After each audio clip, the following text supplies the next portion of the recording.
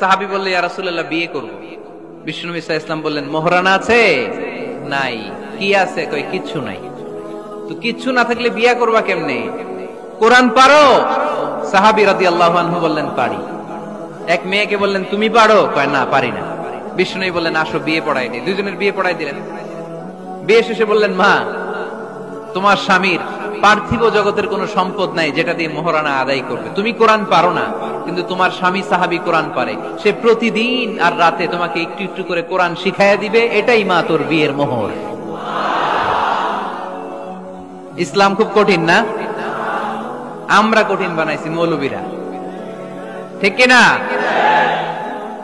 কেউ যদি ইসলামকে কঠিন ভাবে আপনার কাছে উপস্থাপন করে, বাঘের বাচ্চার মতো দাঁড়িয়ে বলবেন, লা ইউকাল্লিফুল্লাহু নাফসান ইল্লা উসআহা।